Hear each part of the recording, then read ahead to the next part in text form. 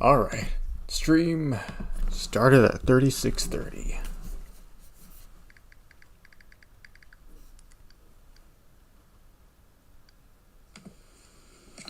Alright.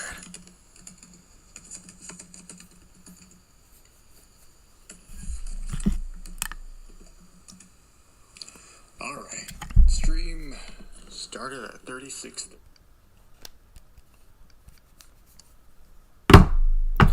I wanted you guys to see my face, but it's alright. I'll hop back and forth. I will. We'll make it work, huh? Alright, here we go. So, thank you for tuning in. Let's celebrate the 20th anniversary of the Like a Dragon franchise and the 10-year anniversary of Like a Dragon 4, Heir to the Throne, Heir to the Legend. Now, I made this compilation of my Tanimura series back in about May, and it combined 5 episodes that I started releasing ever since February of this year, 2025. So, it's a big spur of the moment, right, as a director's commentary by me, Mr. TDF Ike. And, really, 5 episodes, rediscover Yakuza's underworld, somewhat official subtitles and some bonus features at the end, and including this commentary now in the fine time of December. Year's coming to a close, holiday season, holiday cheer, but this is my official director's commentary as a sole creator of this web series and everything in it. All footage is mine unless it's a cutscene from a game, and of course these characters do belong to Sega or RGG, but this is it, one of my magnum opuses of my channel, something that I never thought I would make this year, but look at that. It's like a 2-hour film that I somehow put together, a big web series, a spur of the moment again from February onward till May. And it just kind of, I don't know, just a big creative burst I had, and this was the end result. So I'll stop and go along the way. It's going to be a big, beefy stream. At least that's how I assume a director's commentary would work. Sorry for a late start. Technical difficulties. First live stream I've done since July, but we'll make it work. I've got my orange grind tea, and let's get into it. During a trip to his favorite strip club in Nagoya, Tanimura Masayoshi was having the time of his life. Crime may never rest, but sometimes justice needs some sweet R&R. You know you do it too. However, after going to the bar, Tanimura was laced and incapacitated by a monstrous alcoholic entity known as Mr. TDF. That's me. And being driven by his desire to showcase the depths of the criminal underworld to his viewers in the form of video essays. Now captured inside of a hellish labyrinth by Mr. TDF, Tanimura must give his intel through his own perspective while simultaneously trying to escape. What characters will appear in these underworld files? Only time will tell, for this is the Tanimura Files, complete series. TM, trade.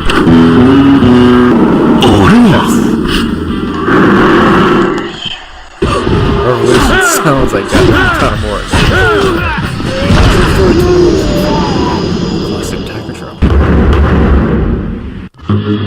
The wicked scum of Kamurocho can often find themselves back on their feet and ready to do harm once again. Or perhaps they'll do something more peculiar, like turning a new leaf years later. Now, the 3 guys I'm talking about today may not quite fall under redeemed villains, so to speak, but instead ones that manage to crawl their way back into the series and spotlights unrelated to the main story. Instead, you gotta go out of your way to find these guys through exploring the open streets, dingy alleyways, rooftops, sewers, you name it. And I'm not alone today. I have a special guest to help me explore the tales of these 3 ex-foes. You see, I found Tanimura. You gotta help me. I'm being held hostage by this sick maniac. That's just maniac to you. I'm feeling better. These are the Tanimura Files, and this is the hidden storylines of villains in Like a Dragon. I am proud of this. It's like late Wow, there's still word out there that Rasei Kazuto is still gunning people down. But only those that have harassed others. Perhaps a change of heart, maybe? Maybe. Maybe Arase finally tried Thai food. That'll do it. Arase first made himself known during the 10 billion... So one of the first, just to kind of stop it for a moment, one of the big things that made me really, I guess, relate to Tanimura, right? Was playing Yakuza 4. I think I played it in 2021, probably, because I played Yakuza 3, and immediately after that, my brothers wanted me to keep going, so I had no break. I went immediately to Yakuza 4, and after beating the game and doing some of the sub-stories of Tanimura, there's one you found out about his past of his birth father and his mother being Thai.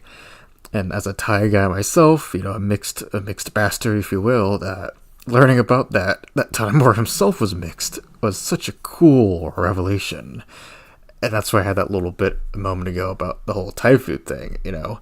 But look at that guy. Thank God I didn't shave at that point or get a haircut.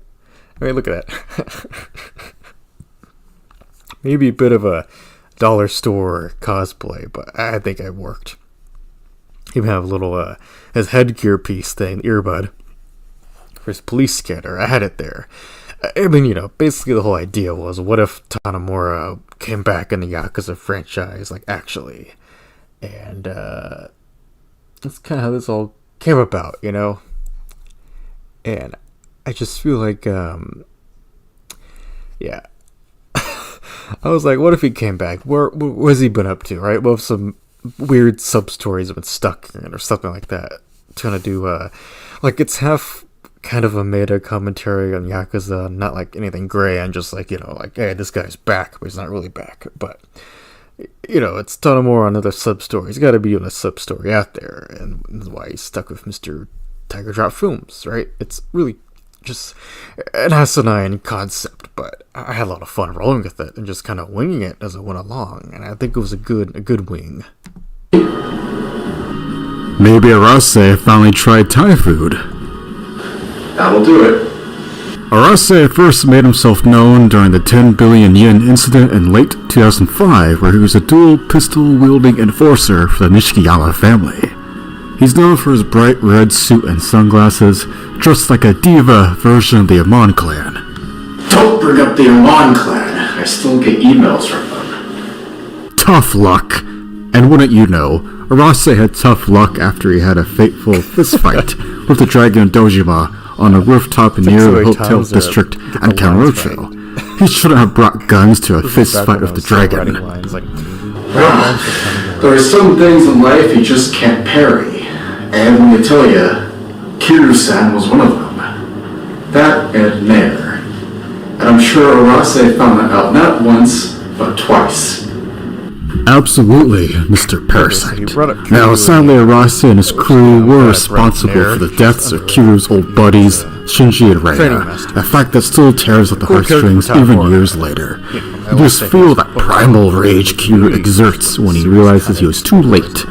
And you just know he feels responsible since it all ties back to Nishiki himself. Now, the boss fights, depending on the version, are virtually the same with Arase, save of course for the upgrades the Kiwami version got since it was made a decade later. You might find Arase a bit more frustrating than that one since he can heal, and you have to do certain Kiwami moves on him to prevent that healing, coupled with sometimes inconvenient staggering mechanic you get from getting shot by Kiwami. And against the gun boss, it's just not smooth if you haven't visited that game in a while. Being swarmed by a boss with guns and a wrecking crew isn't fun. However, it gives you more justice to serve out. And I'm sure that Kiryu-san delivered on that. Not once, but twice, for Arase. Right, because that wouldn't be the last we'd see of Arase.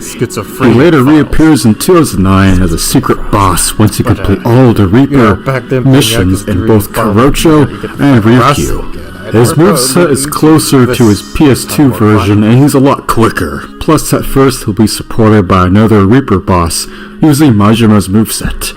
I made a video earlier this year about Kashiwagi and how he tied into the honest living association he created, but there I kept it vague on who the final Reaper boss was. So think of this as a sequel to that video. Well, a sequel would be nice. Came out 2 months before this one. Us Thai guys have to stick together, Tanimura. There it Now, this other Arase fight is also coupled with his theme from the original returning in a new rendition named End Point, which fits this being the end of the Reaper fights. I also dig how it takes place in the Millennium Tower. Essentially, this fight gives Arase much more character than he ever had in the original. Usually I don't like to say things like that, but this is an exception.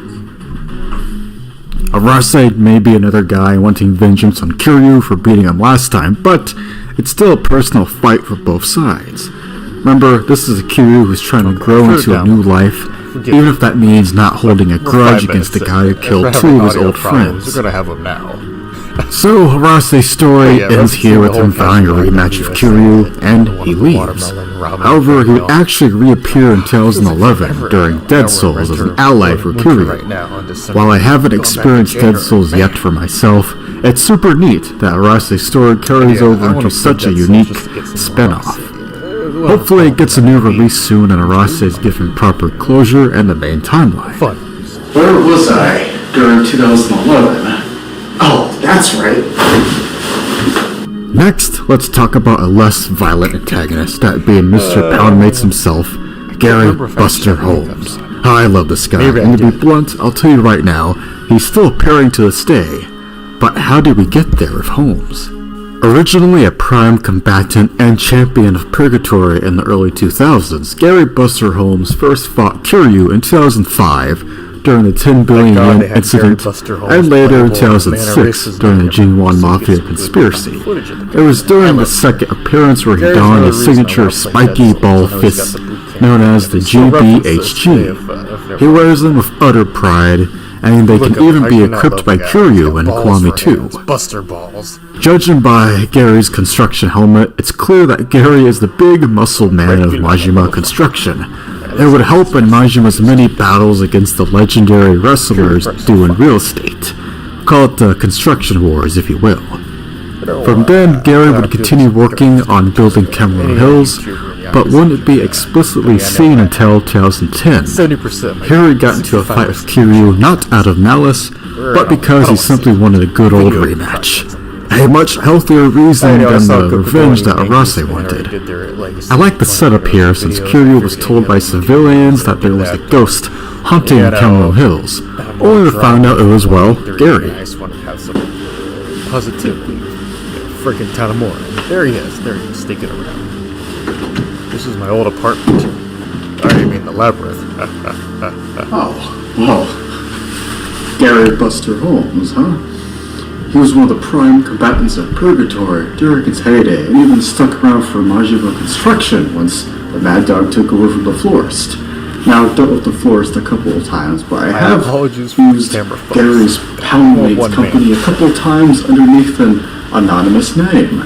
Let me tell you, his business is perfection. It's got me out of a few scuffles. Similar to Arase, however, Gary would appear in Dead Souls with his own boot camp that trains civilians on how to use firearms. Honestly, this makes sense for him to do since he already wears camo pants all the time. It's also interesting to see a different side to Gary because he's one of the few Americans in the series. God, I can't wait to play Dead Souls and meet Gary while donning Kiryu's American outfit and even Majima's power outfit. It's kind of funny how that power outfit came back today, if you know what I mean, wink wink.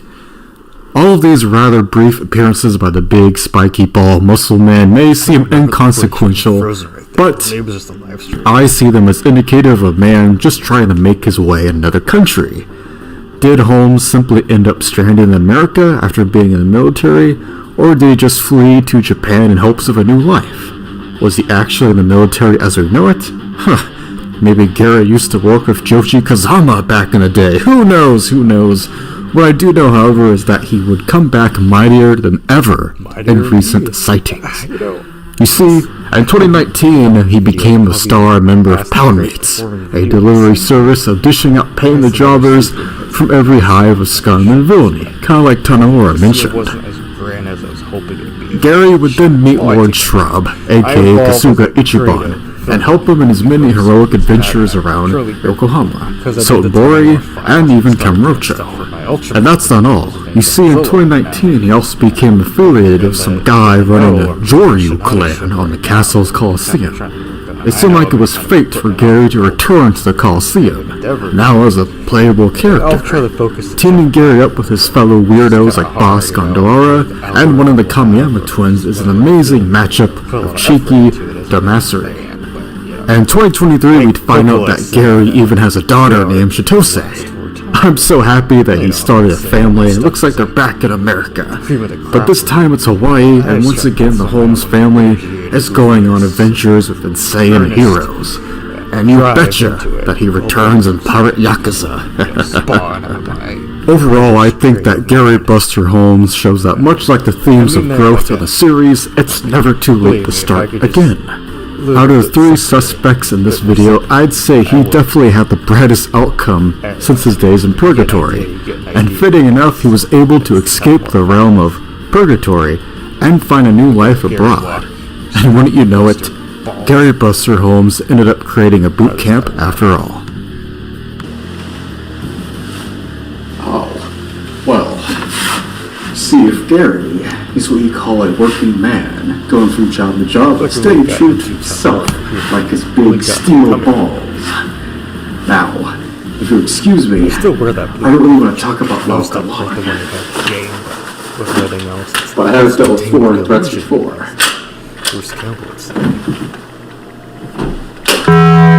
Now let's talk about another titan in the room, another shadow from Kiryu's past that dates back to a confrontation from 1993. The ogre himself, Lao Kalong. Lao Kalong, a man who once tortured Kiryu just a few years after the Empty Lot event of 1988, and was one of his first major foes to bring the legend of the Dragon Dojima to life. Long is the leader of the deadly Snake Flower Triad, and for years had been trying to usurp the Yakuza and expand his territory in Japan.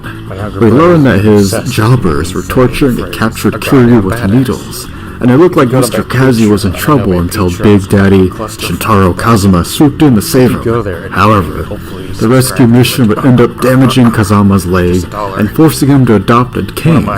This injury seems to show just how dangerous Long's triad was, and that this event left a physical mark on Kazuma and a spiritual one on Kiryu. Any devoted viewer would go for it. I'm just curious.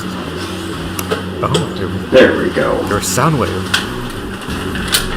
Sound wave on the bottom left. So window. Sorry, it's Mona Lisa Lollipop. That was for my cousin's birthday a long time ago. I never, told him that it was in this video, but what do you know? And there was I think it's supposed to be Buzzsaw, not Laserbeak. But, old G1 color is a little different sometimes. Just like that's a teal version for some reason. But yeah, totally a different area. There we go. So window, it's gotta be some way out of here.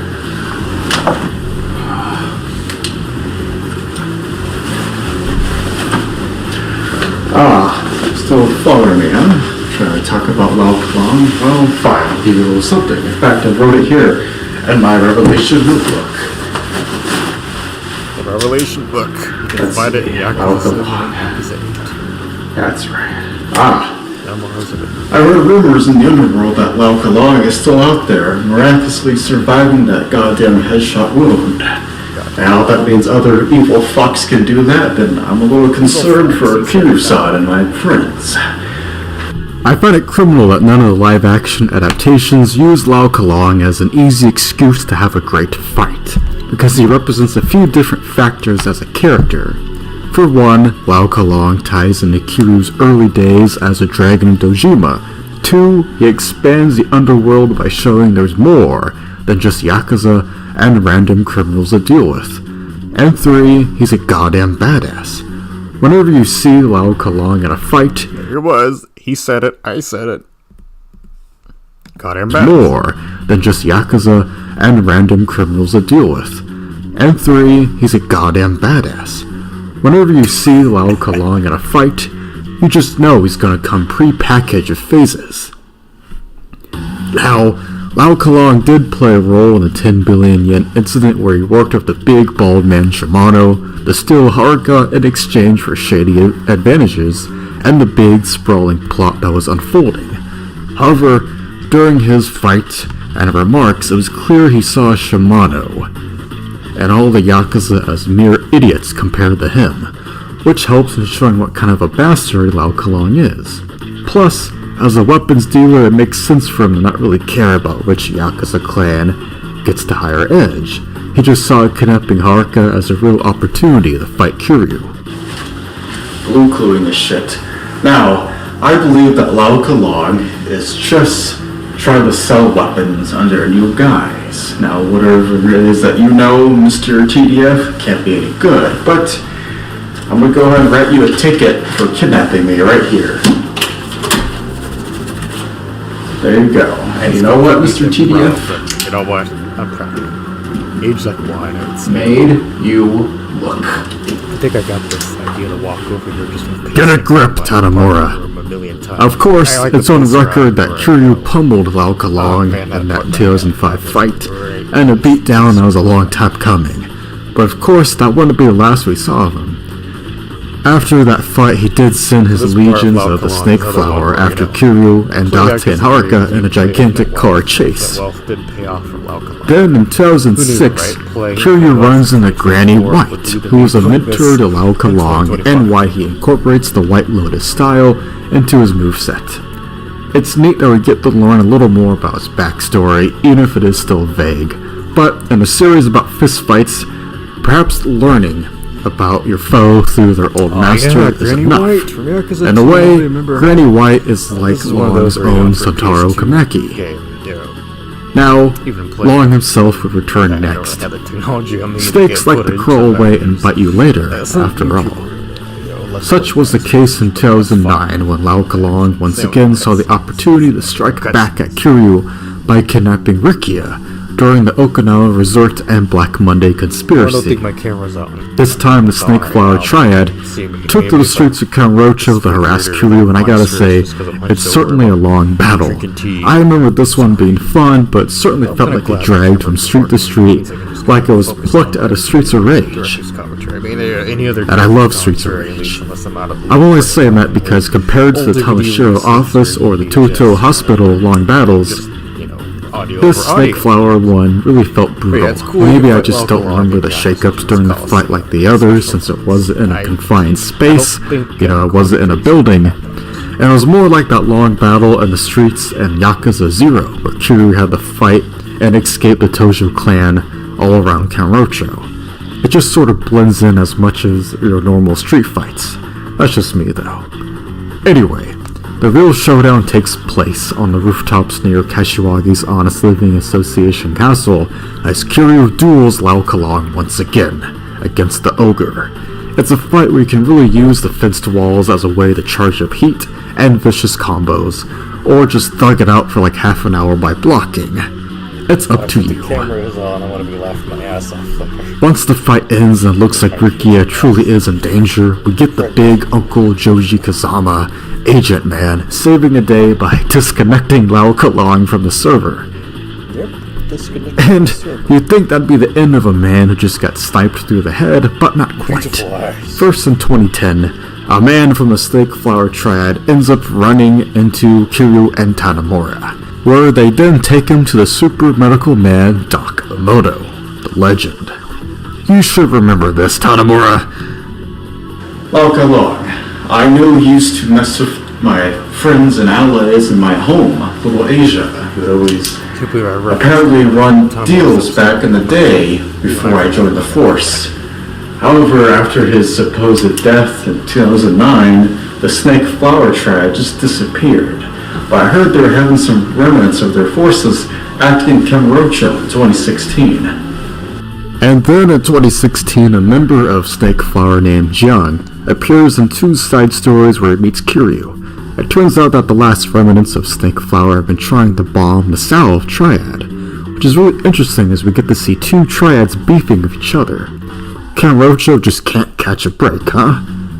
The current boss of Snake Flower at the time was Sun, And throughout these two sub-stories, you get to see Kiryu confronting Zhang and Sun, which culminates in Snakeflower disbanding for the time being, apparently. This batch of sub-stories was a real treat. And coupled with the ghost photos of Lao Kalong, it really feels like so much time has passed during Kiryu's legacy.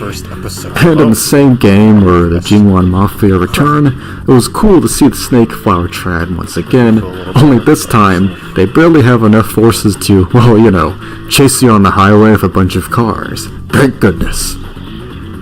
Then in 2019, it turns out that those ghost photos of Lao Kalong must have been some prank from the afterlife. Or Lao Kalong finally got out of his coma in like 2017 or 2018, just spitballing on my end. But it would line up with him getting back on his feet and going under the name Chow Kalong and selling weapons in the sewers of Yokohama.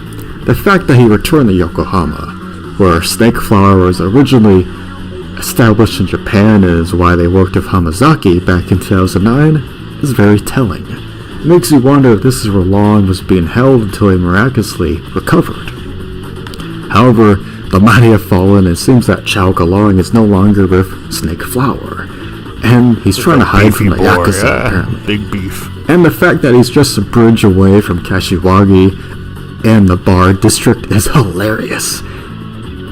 In 2019, he can appear as a pound mate for Ichiban, and of course sell him weapons once he passes his test. I guess Long and Kiryu have the same mindset on barely changing your name when hiding. Alright, here's the moment we've been waiting for. In 2023, the gods of hell yeah blessed us and we got to witness Kiryu Kazuma have a rematch with Lao Kalong. Only under their respective aliases of Taichi Suzuki and Chow Kalong. What can I say? We got to hear Ogre has returned, blast again as Kiryu and his new friends battle Long. And of course, this fight comes with his signature phases where he takes different weapons and he uses his fist eventually. Fan service done right. And this brings me to a more poignant ending. You see, I like the badass things in life, but I also love the sincere things. Here we got some closure to the feud between Kiryu and Long that's been going on since 1993. Which means that 30 years later in 2023, they're finally able to bury the hatchet. The best part about this is they both knew who the other guy was. So much so that simply reappearing in their lives means instantly time to fight. And yet, through one final fight, Alright, I turned the recording audio for the live stream, the Tanimura files down a little bit, so maybe my new commentary won't be so damn loud. Oh yes, I go try kicking him in the balls. This was a cool fight though. Maybe not the coolest arena for Lao Kalong, but disrupting a normal day of, there's the Kashiwagi video, disrupting a normal day of, night traffic is always a good thing to do. And I guess just seeing Kiryu and Lao Kalong fight in Yokohama is good enough in its own fan service, considering their history.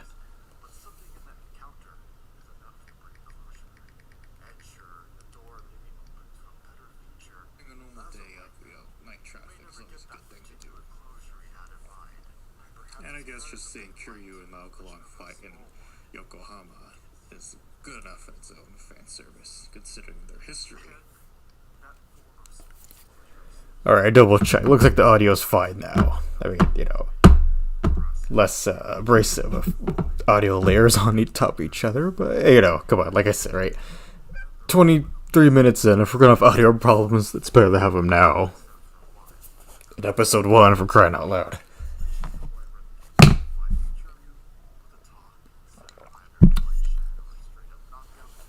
God, this was such a beefy video, I'd say, episode 1 of the series, but good stuff.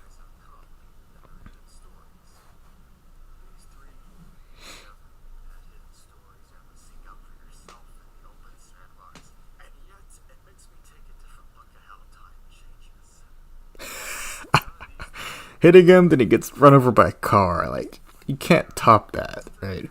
Oh, I love Infinite Wealth. Oh, look at that. Random Resident Evil 6 footage. Oh, yep, because it's the glitch of Ada jumping over that guy. See, I like to show the other series I like in my Yakuza stuff. whether it's Ultraman or Resident Evil or Godzilla, what have you, Hulk even.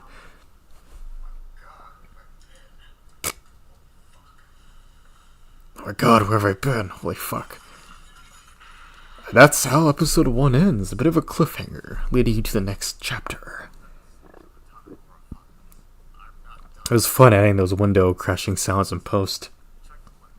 I just thought, it's Tanimura, he's stuck in this weird labyrinth. It's just like a dilapidated building for my own apartment being a stand-in at nighttime. But I was thinking, if he's trapped here, he might as well be trying to get out and see what happened in Little Asia. This takes place kind of like, it takes place in 2025, trying to see where Tanimura is. Time has passed. Oh my god. Can't believe I had that ping pong game in there. Tits galore, but... Episode 2, Like a Dragon's clan leaders, the Dojimas. I feel like I could have done better on this thumbnail and title for the algorithm, but... Oh, look at that. I thought this was one of the better filters I pulled off in aesthetics. Like, look at that. Freaking MILF Hunters, Shindo all around. I used to know a guy who looked just like Shindo. I think he's doing well. He's like a Russian fighter, but... Look at that. I think I did a pretty good job with the aesthetic of this video. I just wanted to look different from its cutscenes and, make it feel like it was something different. And I think I did alright with the yellowish blue filter, Maybe a bit betterly implemented than my Ryo Aoki video I did last December.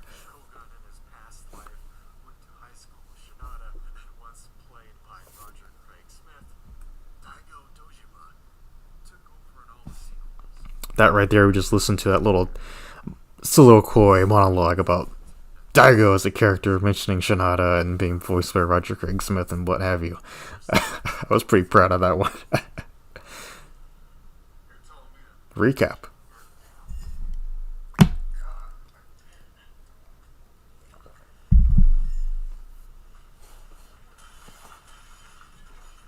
The transition, huh? Oh, look, I'm rolling over.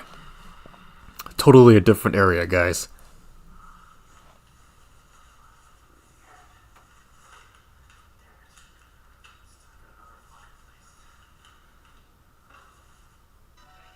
I love this, what's it called? A Keihin Gang battle theme from the first Judgment. I feel like it was applicable here, and it fits really well. Look, Donut Robot, Stars Brat, Resident Evil, Chair, and the little Kong figure, air freshener, a bunch of shit on screen. And the remnants of Mr. Tiger Drop films. To go back, look at that. I took a wine class at that point. Oh god, the nostalgia. I remember being right there. I was right there, man. The beer cap bottles, Blue Moon, Singha, Malbec, Fireball. Dude. Good stuff. My newspapers, oh man.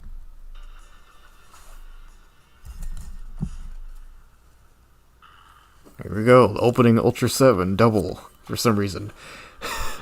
Plastic Beach. I finally saw, look at that. Later I would see like the actual model, real life model for Plastic Beach in August when I went to London. I got to see gorillas at the House of Kong art exhibit. That was incredible. So weird thing, I was looking at my favorite album right there, then a few months later I would be in, Europe seeing it. And then just the physical model and the very cool atmospheric art exhibit. Then Morphine. I was listening to Morphine today, like a mirror from the album The Night. God, like this is all just me on a platter, guys. Gorillas, Morphine, King Kong, Ultra 7, and then the beer from earlier, that beer alcohol bottle miss is a prelude to this guy, me.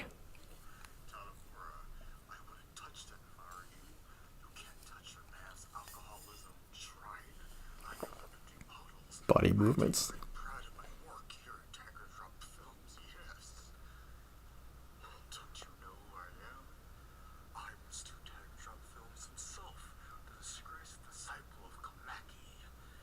Disgraced disciple of Kamaki.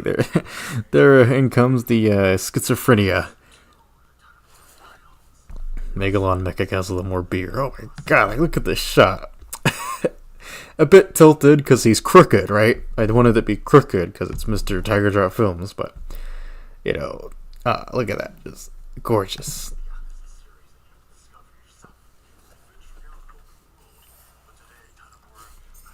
That's a crown I won in a pageant one time.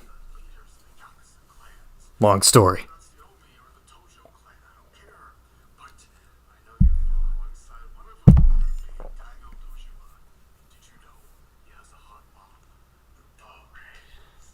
He is a hot mom. So that was kind of that mannerisms of me being like a drunken king or whatever, weapons, was taken by the what was his name? But the king of the planet that gets the air taken out of it in Spaceballs.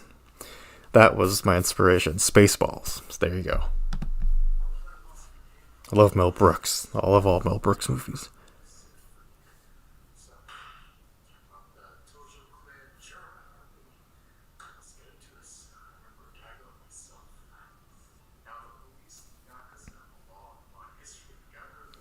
I'm really proud of this episode too, ultimately. I mean, at least the little way it came together, remembering my lines as Tanimura. And I think it's just cool to have, this is a character that was related, like, was part of the final fight for Tanimura. So there you go. That's the why I wanted to talk about Daigo and make it coherent for Tanimura as a character.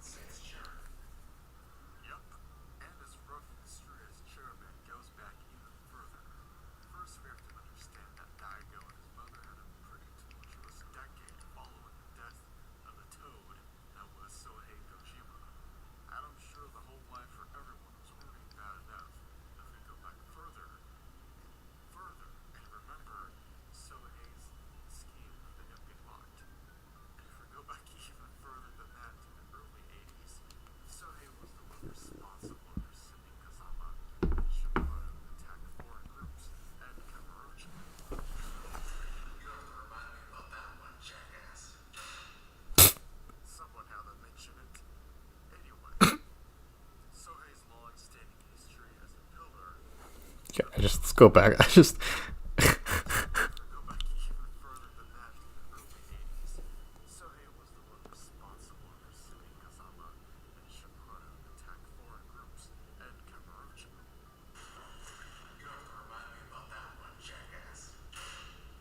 Real gunshot for that one, kind of, the plastic, my toy revolver things I found, but I was glad I included that little bit of lore tying Yakuza 2 and 0 back to 4, with the whole massacres that old man Sohei started, making it feel like Tanimura is really there, like right here in the video, and that he knew about that history, making it important why he cared about Little Asia as a community. Small things like that, if I had a gigantic budget and, if I was able to make a show that replaced the Amazon show we got for Yakuza, that, there's a lot of fun you could have actually had if you really studied the lore of the series, and that's part of why I made this channel, ultimately.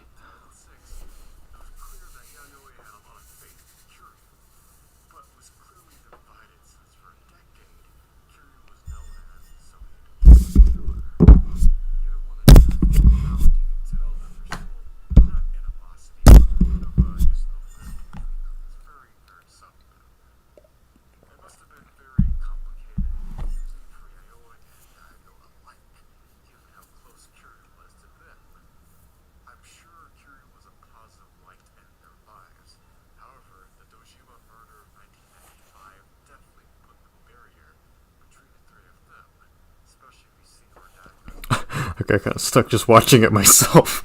Oh, there we go.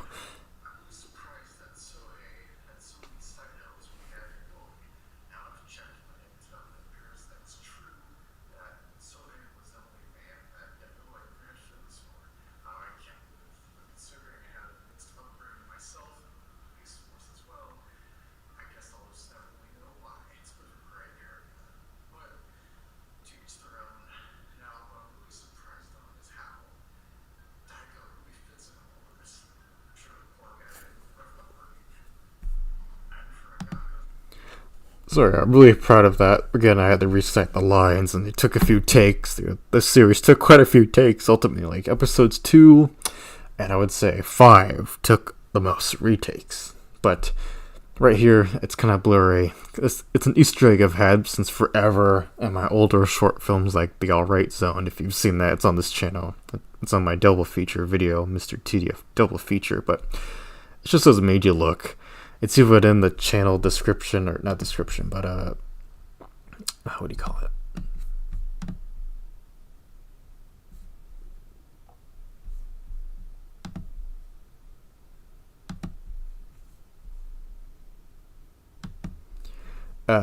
Right here, like if you look at my channel image, it says Major Look in the heart.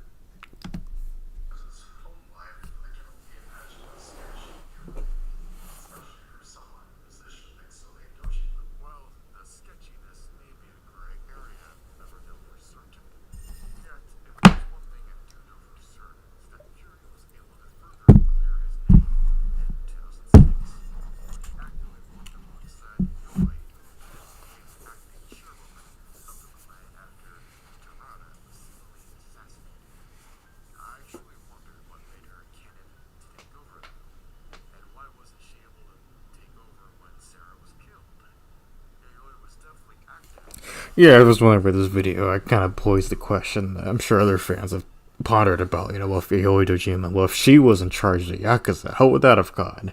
I'm sure she still would have been in the crosshairs of some deadly schemes like her son was, but it's interesting to think about, like, if we did have a Yakuza TV show that did something, I wouldn't mind exploring some of these ideas from the early era, even if it's just the first 2 games. Yeah, the early grungy era, and what ifs, then I think that would have been really interesting, right?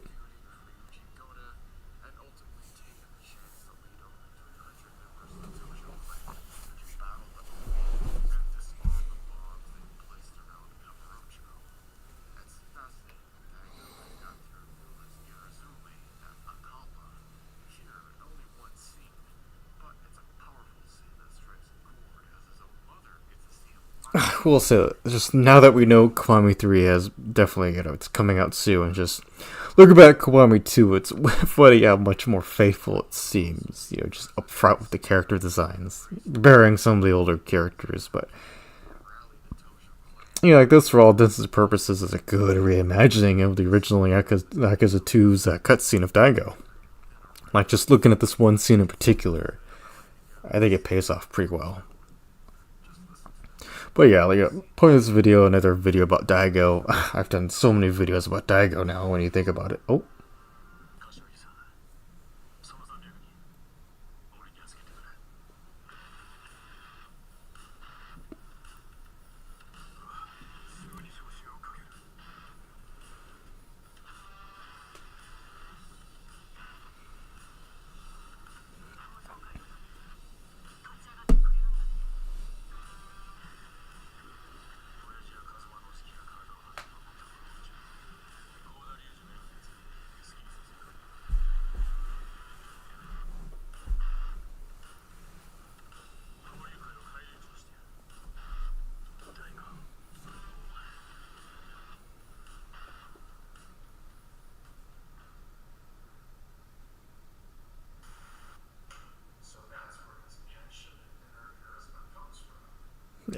Inner charisma.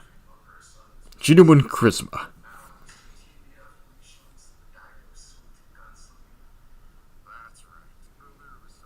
One thing I'm excited about the Dark Ties of Mine. We're going to see more of Daigo's gunslinging, but, I really wanted to show that little cutscene of Daigo because it's cool seeing how far he's come in the franchise now and seeing that moment being his first big moment as a chairman, coming into a chairman position. Leadership. MILF Hunter Shindo. Like I said, I know a guy who looks kind of like him, like energy-wise, right? Long story, but good stuff. I mean, not that. That's bad. Don't harass people like Shindo. Don't be Shindo, really. But, I mean, like that energy of like, goofy guy, no.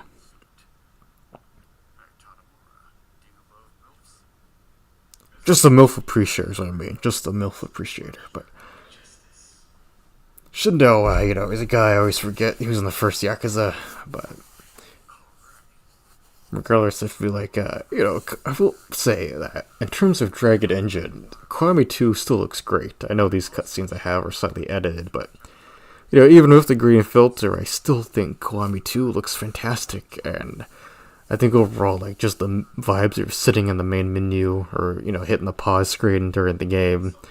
It does have a nice vibe that's hard to pinpoint, and it does feel like it's 2006 again. Only problem is it's not quite the same 2006 as the original Yakuza 2. You know what I mean? It's missing that atmosphere, but the one it does create, I think, is still good. And compared to the sea of other video game remakes, I still think, you know, the first two Kiwami games did luck out in still being just, you know, different enough, but still keeping the essence of the story. You know, they didn't do anything too drastic of a change. They felt more like complementary changes, if even. I can't say the same for Kiwami 3 whenever that comes out, but, you know, here we are.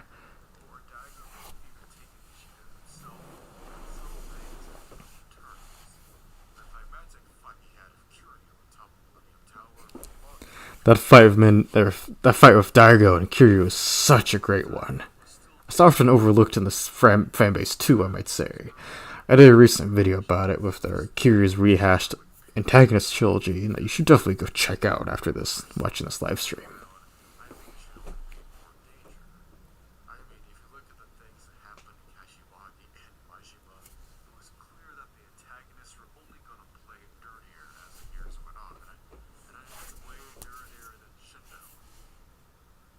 Dirtier than Shindo.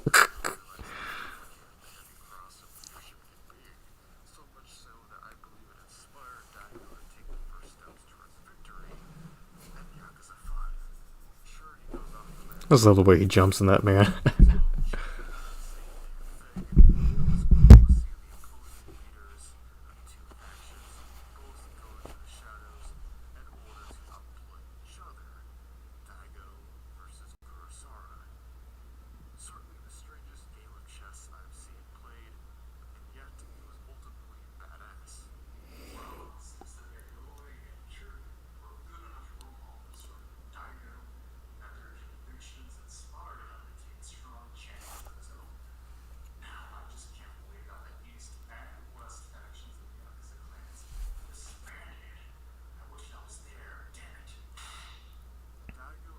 That was such a mighty fist slap. Good job, Tanimura. You know what, Tanimura? I wish you were there too during the events of the dissolution. You should have been there, buddy. Where were you? Maybe if I play him again, I'll figure out an answer to that question. But yeah, what a meaty slap that was. God. That was something else, man. It just echoed throughout the entire labyrinth of Mr. TDF's hellhole.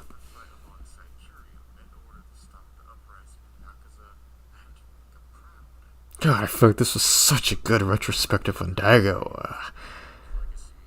I wish the fan base took note of it. All I needed was one Twitter post by.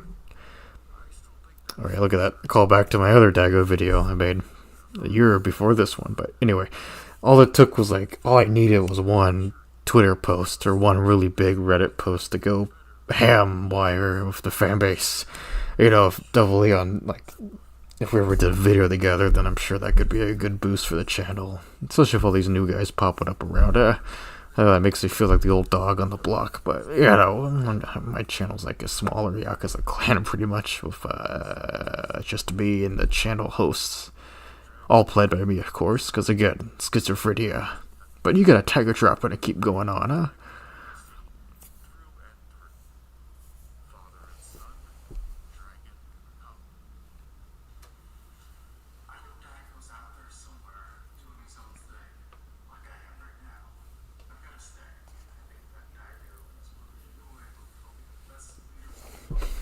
I looked stoned in this, but I wasn't. I was completely sober, and I think I was just. When did I film this? I probably filmed this like, I don't know, past midnight? Back in, God, what was that? Yeah, this one came out in February, like the first episode. I made them back to back pretty much, despite, you know, about to graduate college, just kind of winged it and really wanted to make these projects. And here we are, you know. Once again, don't forget, Major Look.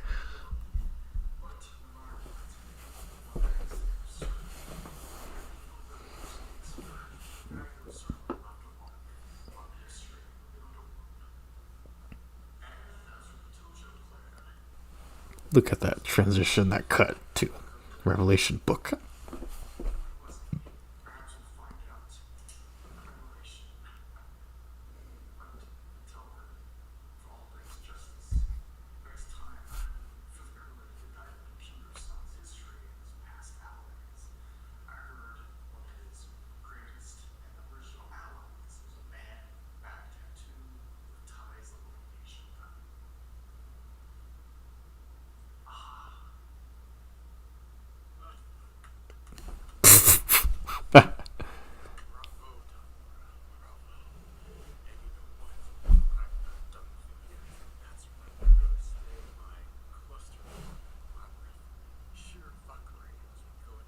sheer fuckery and clusterfuck, he said it.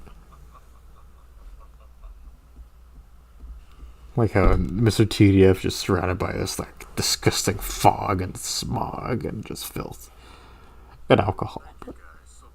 And there was the in this little part episode too. But yeah, going back to the whole bat tattoo thing. I was really proud of having the bat tattoo. I thought that was such a cool end to episode 3. And I will say, like, back in hindsight, I'm really surprised at how far I came along with connecting these episodes to each other, right? Episode 1 ended with Tanimura jumping through the window. Episode 2 ends with him bringing up Kiryu's past allies and the bat tattoo. Because, you know, episode 2 is about Daigo, Kiryu's son, pretty much, and one that Tanimura knew during the course of Yakuza 4. So it makes sense to kind of build off that for episode 3, huh? With Rikia. Oh, classic Rikia. This video does feel a bit outdated now because I have to say it's classic Rikia. We don't have Rikia anymore. We have the new extreme version, which is just a completely different character. At least I have this video to show my love for Yakuza 3. And for Tachibana too. You know, Tachibana is pretty overlooked, I think. But yeah, this is episode 3, The Tragic Allies.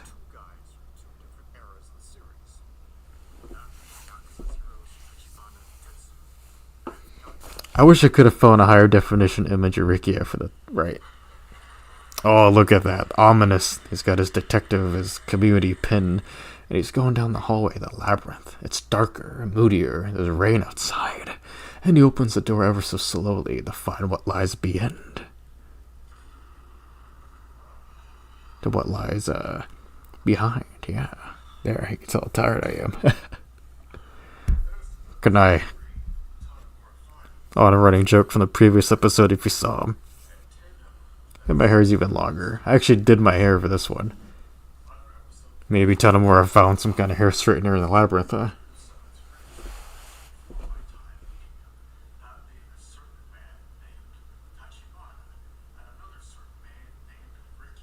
Bunch of certain men.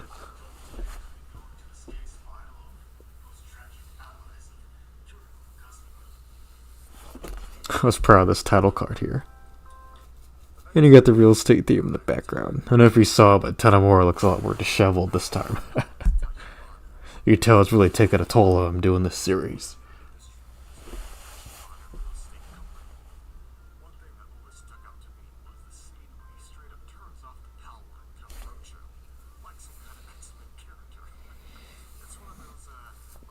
I will say, in hindsight, there's one thing I would have changed. I would have made a better background for this video. But, you know, some good loyal viewers like Ethan, you know, seeing fans like that came back for every episode was really heartwarming, and it really made me want to keep going. So thank you, Ethan, and everybody who stuck around with this series. I greatly appreciate it.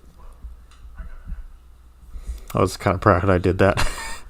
Not quite fitting on the screen, you know, glare isn't quite right. Okay, of course it's blue because that's not really there, but I'll take it, you know.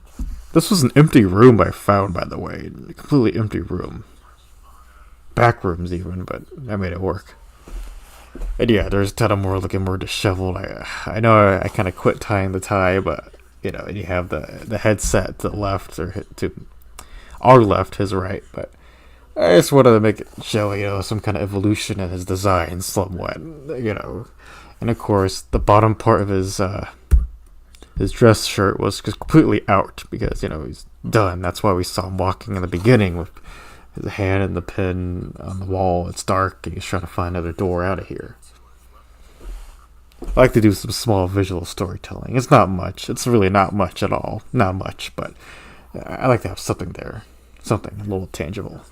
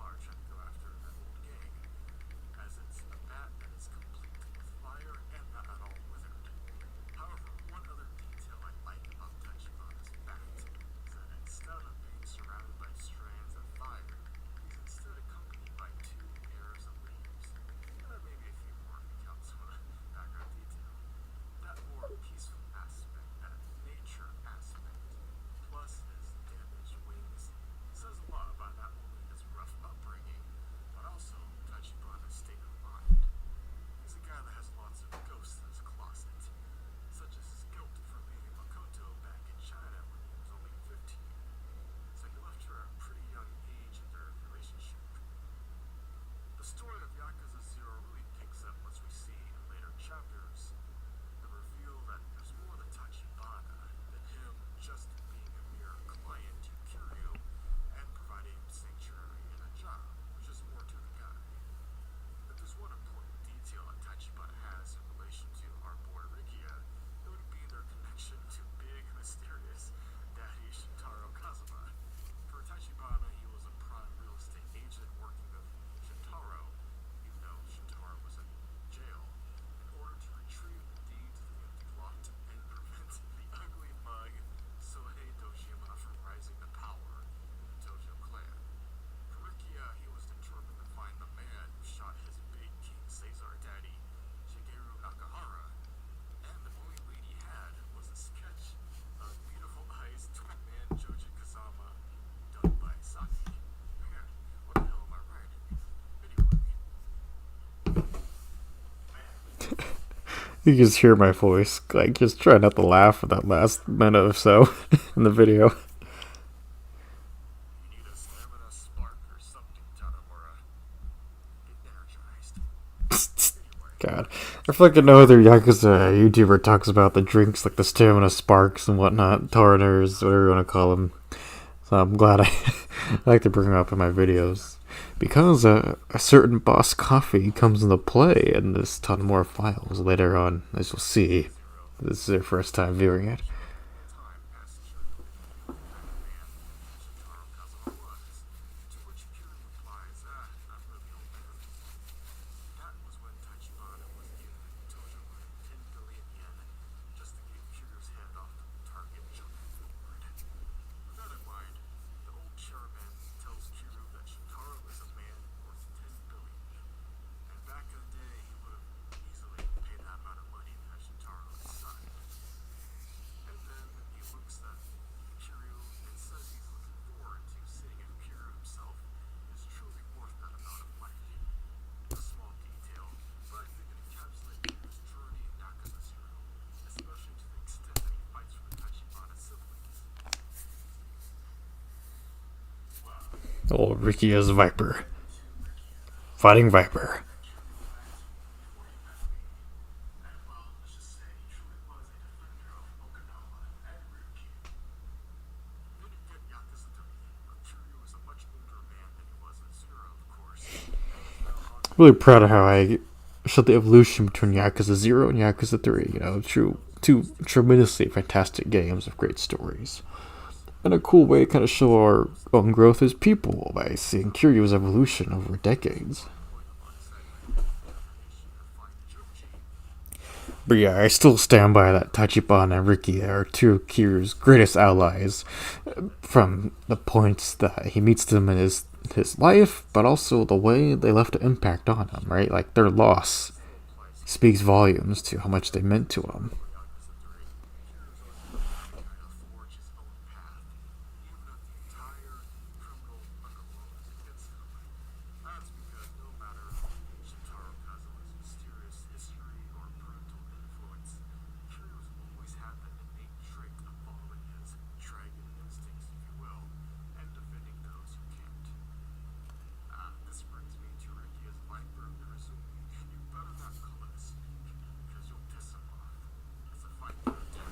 That's right, remember, you have to call it a viper. It's not a snake, guys, it's a viper.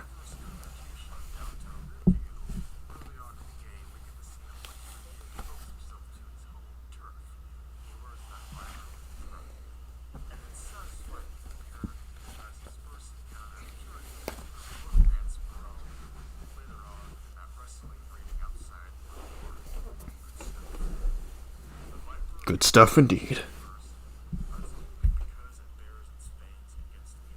Yeah, I miss using that paint splatter effect.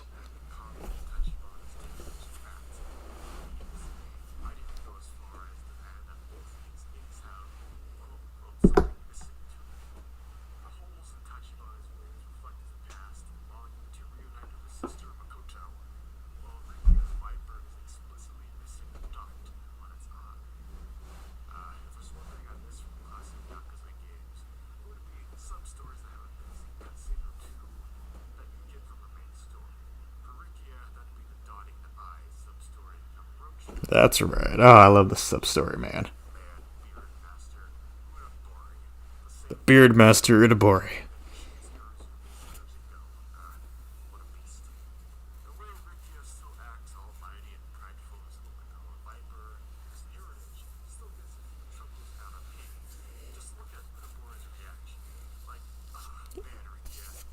And it's just so cool seeing, art from Okinawa coincide of, a Tokyo artist. Of course, all the art was done by Horitomo in real life. He's a legend. I've done a video on him before, but it's just cool. Like, of course, in the context of the game, right? Suspend your disbelief a little bit.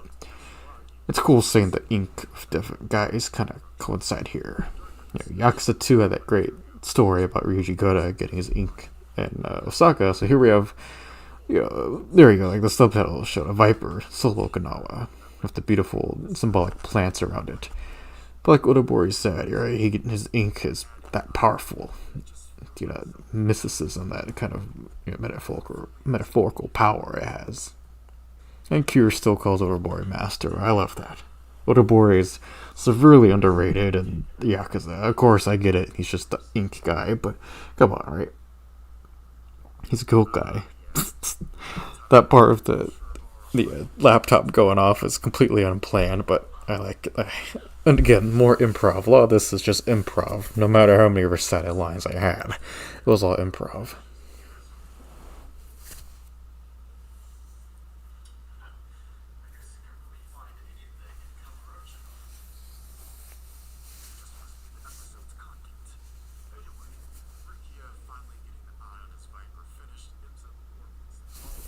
What did I say there?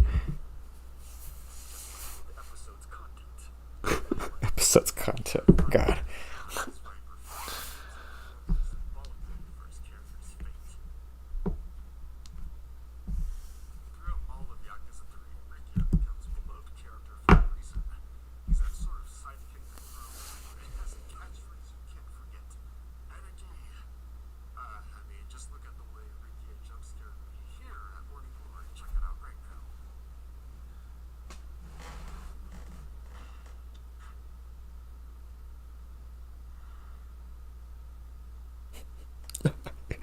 You can even see his feet glitching at the bottom.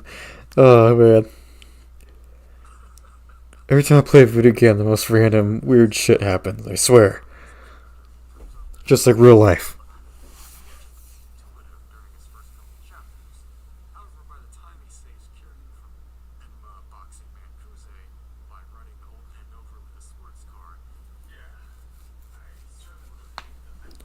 There a little Easter egg to one of my older videos from the year before. My dream Yakuza fights. Go check that one out. It's a lot of fun. Again, if I've said this before, but it's in community posts or in shorts or wherever, if you really study my YouTube channel, it's not really a social experiment, but there's definitely an online ARG if you follow it long enough, no matter what topic it is. There's a big underlying story in this, because this channel is a look into my psyche as a creator, and just how it breaks sometimes it gets better, and there you go. Like, there's little nuggets on the ARG here, and that's a little bit here of the Tanimura files. Or in other words, blah blah blah blah blah blah blah blah.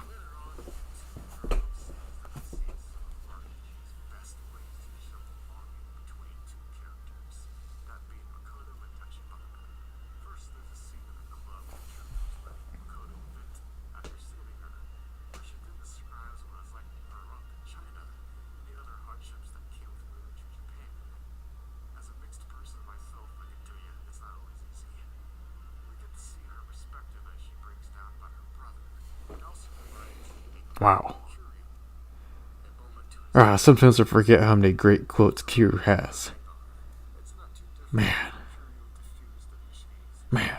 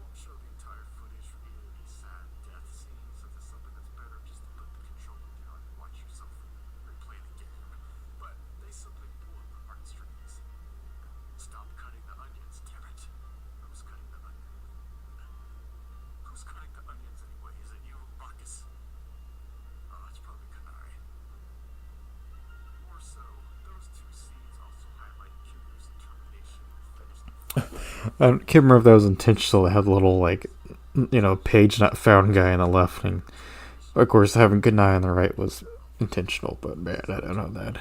I can't remember, but I'm sure it was intentional at some point.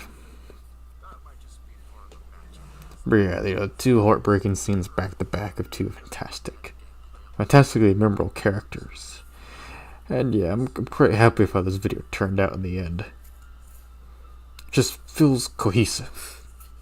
Maybe a little less Tanimura screen time in this one. I will admit, that's on me.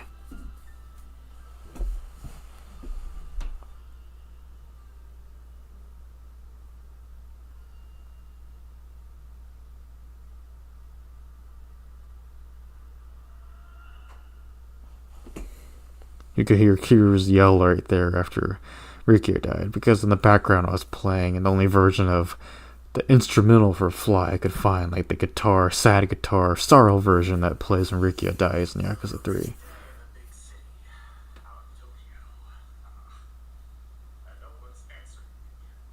There's the headset, the earbud, police scanner. Must have been some kind of transmitter Mr. TDF had that blocked out all signals.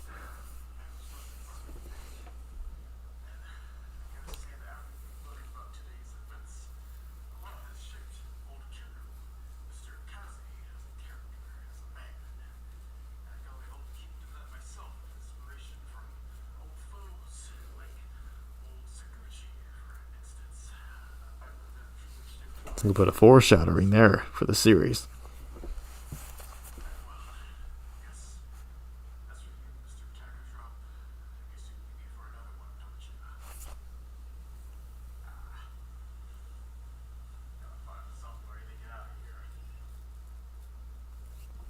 Why do you jump through the window again, Tanimura, huh?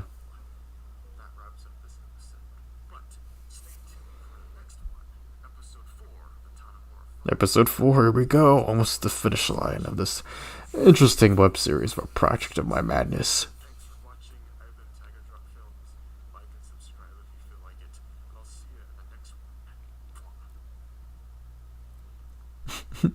Little dumb clips I find.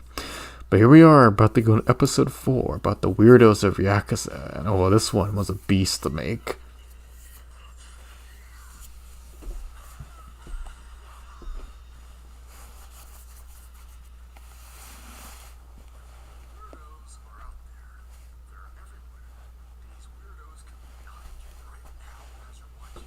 Look at that glitch. I don't know how I found that in Infinite Wealth. It just happened, man. Okay, I was destroying stuff by walking into it, but Dragon Engine. High fidelity. Schizo Afro Man. Excited child. God. But yeah, I was very proud of that Weirdo's speech at the beginning. But here we are, Tanimura has a slight haircut. Here's all the weirdos he's fighting, not quite Sujimon, but they're freaks. Look at that glare, that side eye. A completely different area. Oh, is that Raiden from Mortal Kombat? Raiden, huh?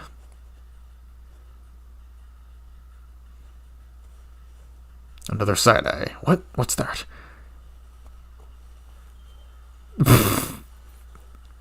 Look at that. That's just me in the morning back then. The wine bottle's empty.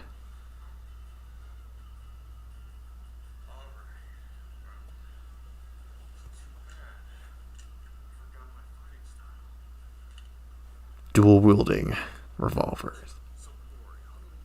Look at that guy close up. I love just messing with the NPCs in the games.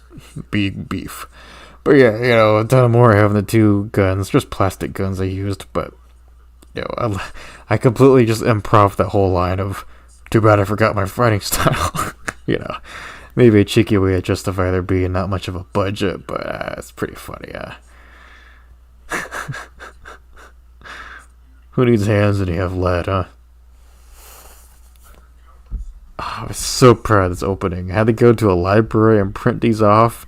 It was so weird, Again, made you look right there. Once again, made you look. But yeah, I had to print off Curry Man, and then Saigo, and then Mac. Oh, I love Mac. I love Saigo. I love Curry Man. All three of these are the goats. But yeah, print off all these at the library. Can you imagine what people thought? Some people looked at me too and had to Just like, rub my head and be like, oh, I don't know. They're just in my hands. These papers are mine.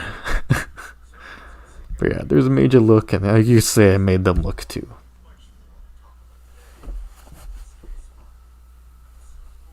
There's my Pixar lamp.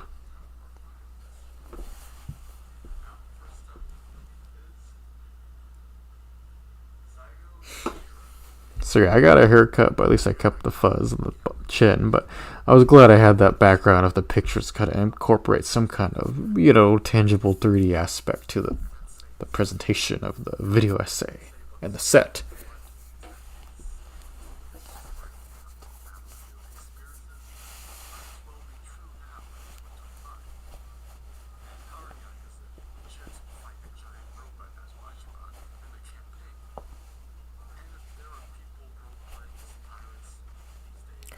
I vividly remember getting the footage of Cyborg Robocop Akiyama chasing Saigo, the suicide training, or whatever you go and call it, the, military training. Man. Tanimura said it, Akiyama mentioned.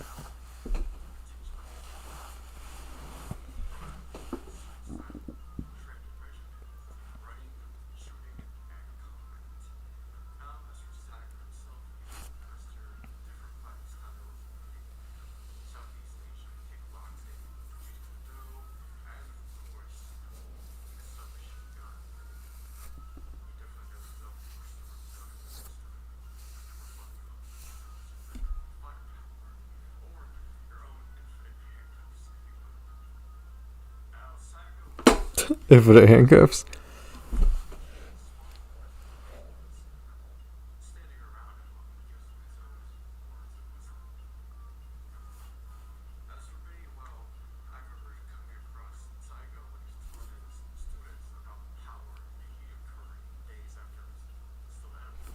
Love curry, man. In fact, I had curry for dinner tonight. Yellow curry. Old counters can be used. Wait a few years. So it's funny to think about. Technically, my channel did start with Tanimura. If you go back to my old video about ranking the top 3 Kamurochos in Yakuza, and I have a lot of Tanimura footage because I love, I think Yakuza 4 is the best Kamurocho in terms of just scalability and perspectives and how much you can travel around the city, verticality. But that's so weird to think about. That was some stock footage from that video, I'm pretty sure. And man, what a throwback, right? A video from 2022, the start of the channel. Tanimura, Kamurocho, and going back up to here, do something much grander and bigger. I just think it's weird, It's one thing I've noticed, to really make this a commentary, about digital media, whether it's getting clips off of PlayStation or even Xbox or what have you, or just looking at the detail button when you take a photo or video on your phone and you see when you actually took it. You see the specs on the data, how much space it takes up, size, but oh god, sorry about that. Damn naked guys. But anyway, where was I? Yeah, looking at the details on a video you take or a picture, and you can see the date you made it, and that's always my stuff that kind of haunts me, especially when making stuff, because you can see when you originally intended to get footage out and then when you actually use it for a project. It's always weird to think about, like, where were you at that point when you were making the footage, playing the game, enjoying yourself, and then who would have thought you would be using it for a video essay years later, huh? Again, maybe I don't have my tinfoil hat on, but just weird thinking about that. Whether it's a real life, a more mundane picture of you and, whoever, or you took a picture of some art somewhere. It's weird thinking about you being in the moment is captured by some data, some details everywhere. It's just weird to think about, don't you think? But what do I know? Maybe Mac has the answer.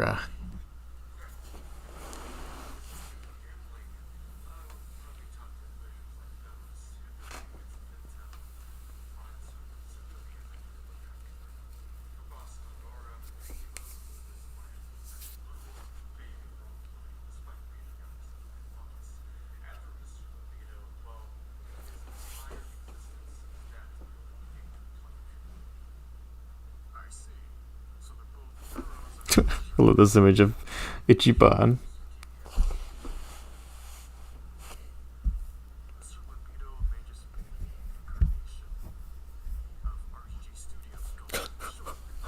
God, my humor. Sleep messed up sometimes. I blame Billy and Mandy and whatever cartoons I grew up watching. Flapjack. Or, Adult Swim also. Definitely Adult Swim. There we go. Monacho.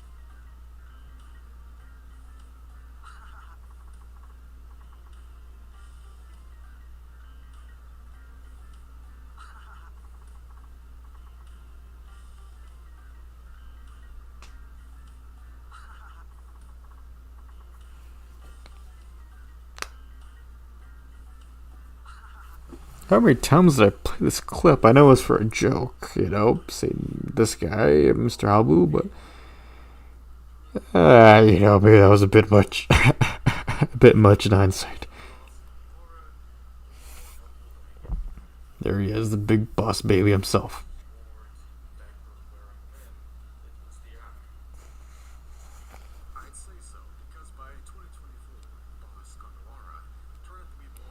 Once again, there you go, Infinite Wealth. It's crazy to think about, playing Infinite Wealth, just enjoying myself with my brothers, enjoying our, one of our favorite game series. Then a year later, I'm doing this with it. Again, it also ties back to what I talked about data and everything when you made a clip or captured it. It's just a weird thing,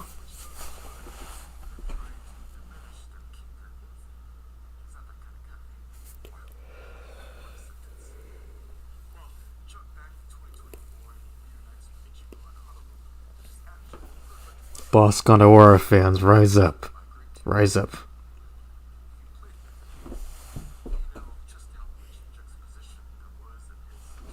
Get your diapers ready and shit.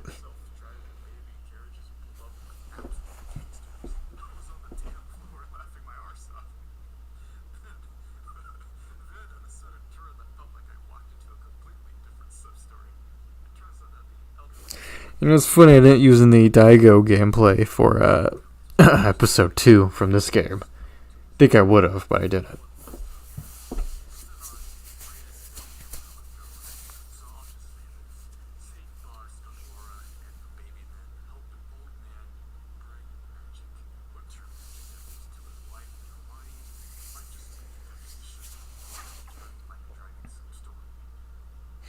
Average day in Gary, Indiana. Naked baby man fighting a horrendous monster. It's the American way.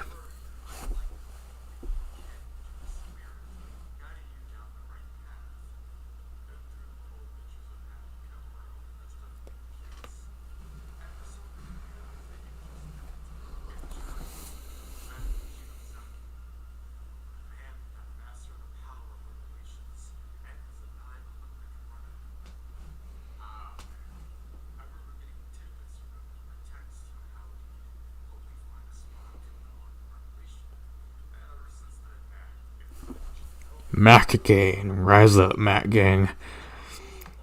Let's get right into revelationing.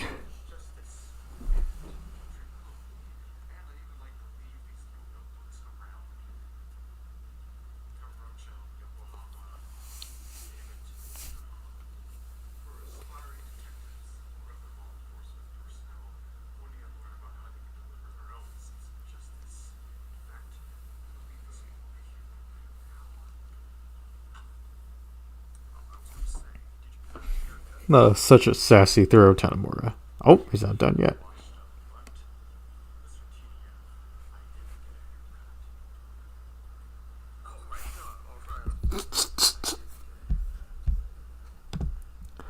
This might be like the encapsulation of Tanimura files, everybody. Like, a little bit of disparity, but look at that, right? There he is. That should have been a thumbnail, honestly. It should have been a thumbnail, let me know. But, yeah, like, there you go, right? Major Hook, Tiger Jar Films, me, or Tanimura. Wow.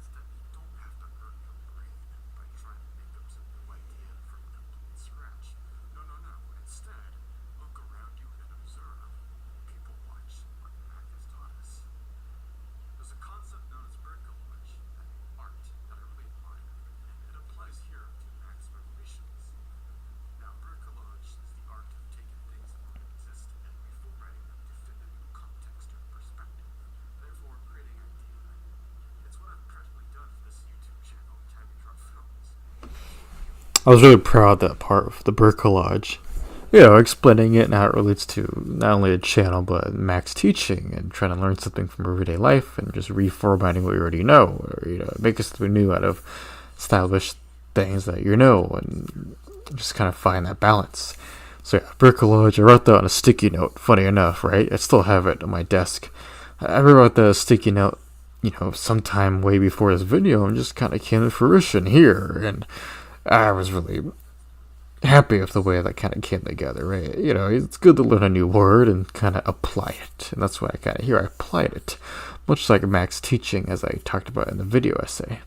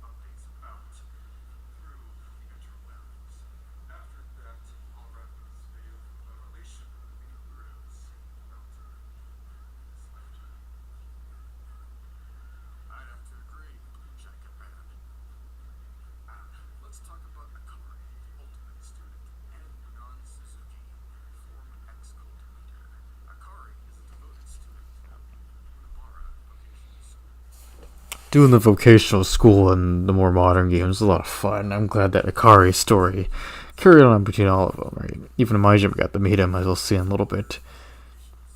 But I think, his relationship, Akari's, bond of Ichiban is just so much fun. Like, they're a lot of fun. That's why I like the more mundane stuff in Yakuza.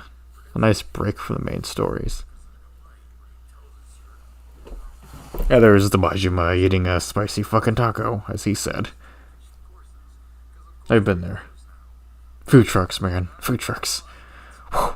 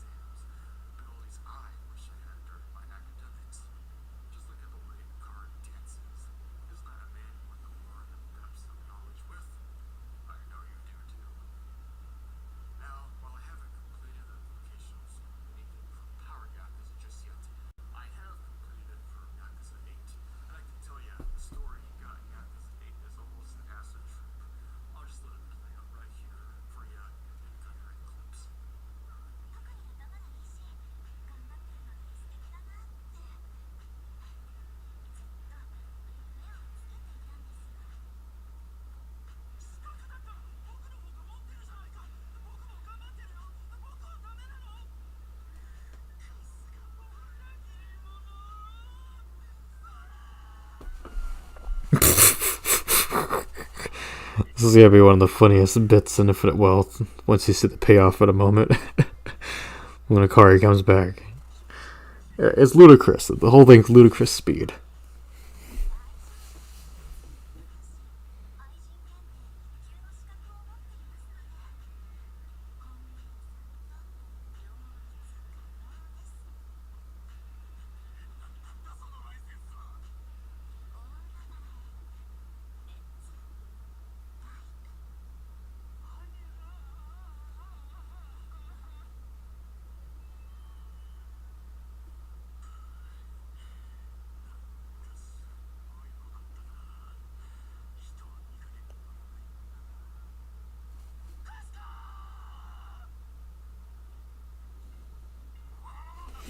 There it is. He's American now.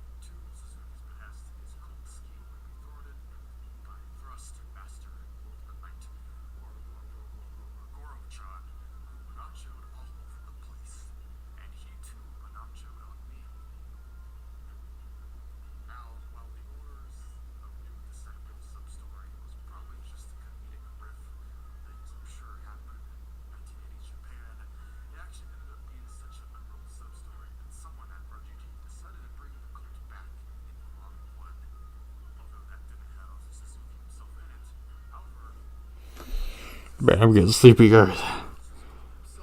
I love watching this with you, but man, I'm starting to tucker out.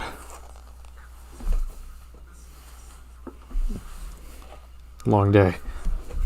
Sorry, we'll keep going. We'll keep going. So if you don't hear me murmuring an utter word, and I'm just big schnozzing, you know. I'm just exhausted, man. But this commentary is a lot of fun. I should do more stuff like this often. More often doing live streams. If you want me to see do live streams more, let me know in the comments below.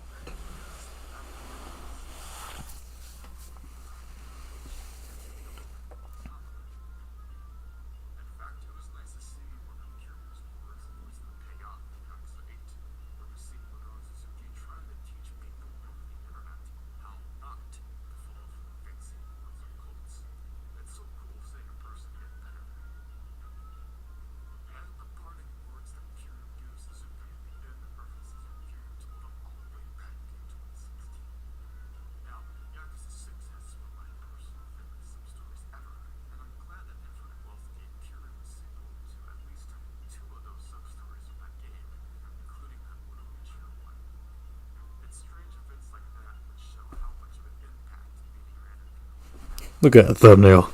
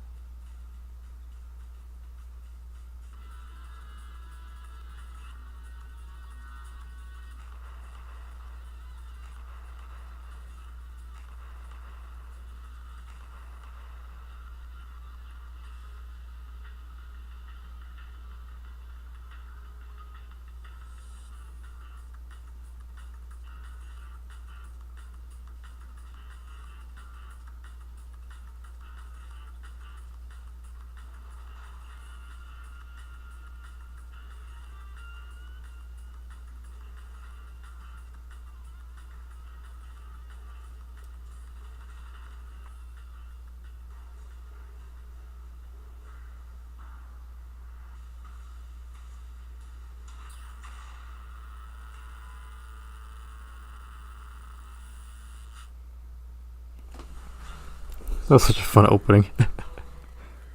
He's deeper in the labyrinth of Mr. TDF's, labyrinth. There he is, making his big physical return since episode 2. I had a lot of fun at this part.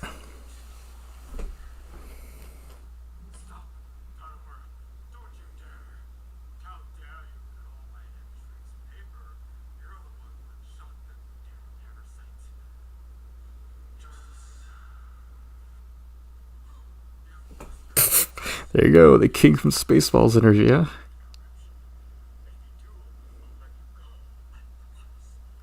There he goes, the business proposition of Tanimura.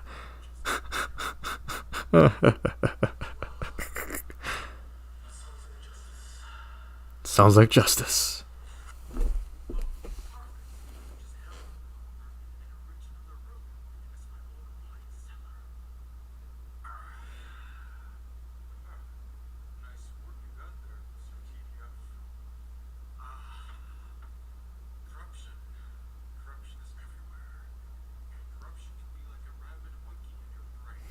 See, I want to talk about corruption for the last time more. I feel like it was a good way to wrap up the series and bring up some more characters that he met during, well, Yakuza 4.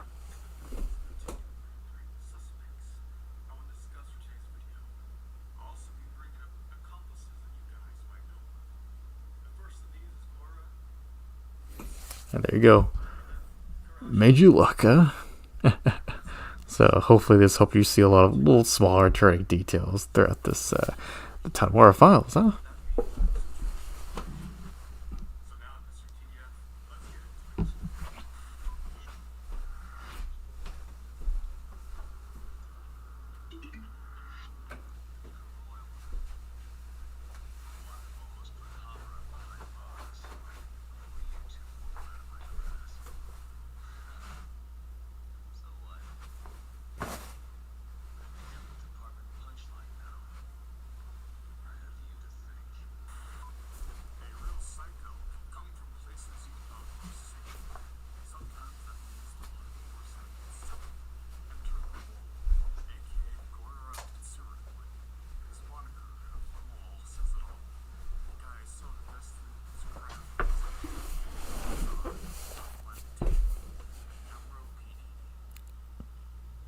This is another one where I was really happy as the series comes to its finale.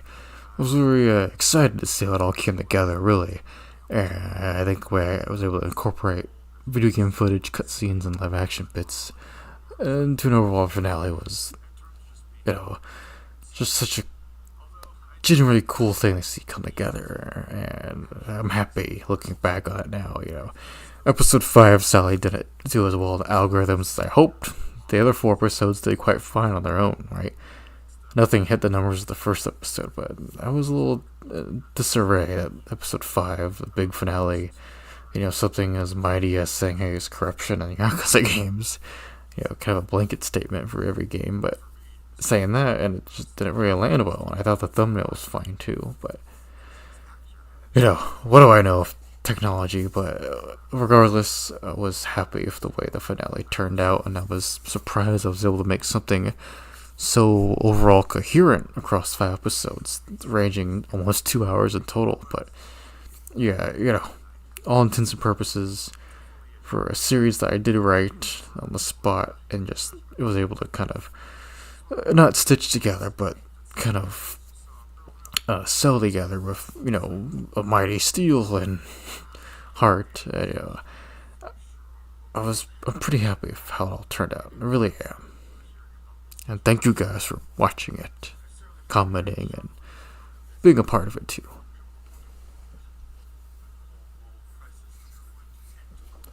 On the left right here is some traditional Thai pants that you might see at a wedding. This is all some cultural clothes I got to be part of a fashion show the year before. I got to be on stage and everything just for a little bit, just a small thing really.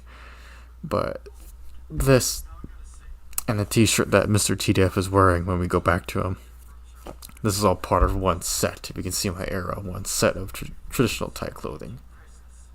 As you see right here, this is a volume of Justice. Was it 542? Is that what it says? But yeah, a different notebook for Tanimura here, but I thought it kind of made sense for the story.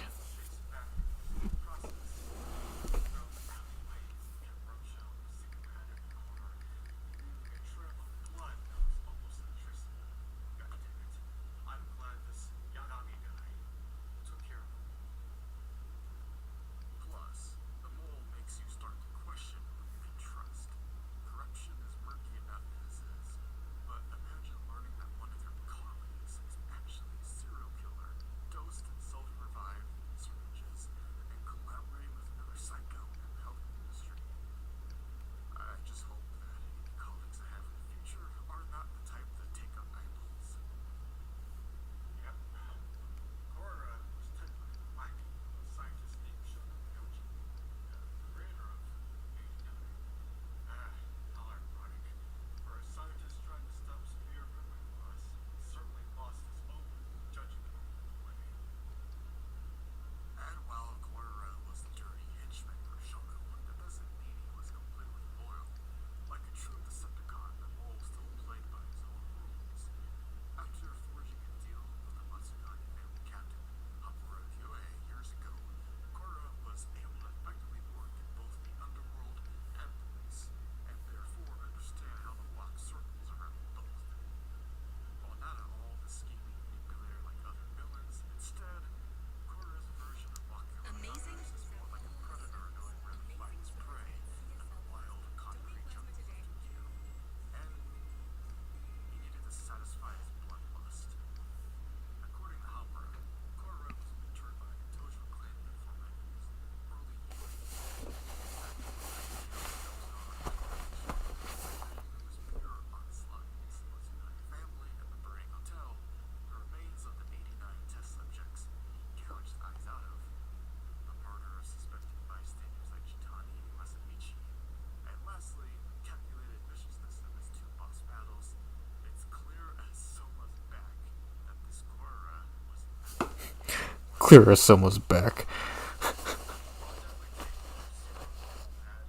I think I meant to say Somaya there, huh? Oh man. That's another small change I would have done. But, you know, hindsight. Hindsight is either 50-50 or gets your eyes torn out by the mole.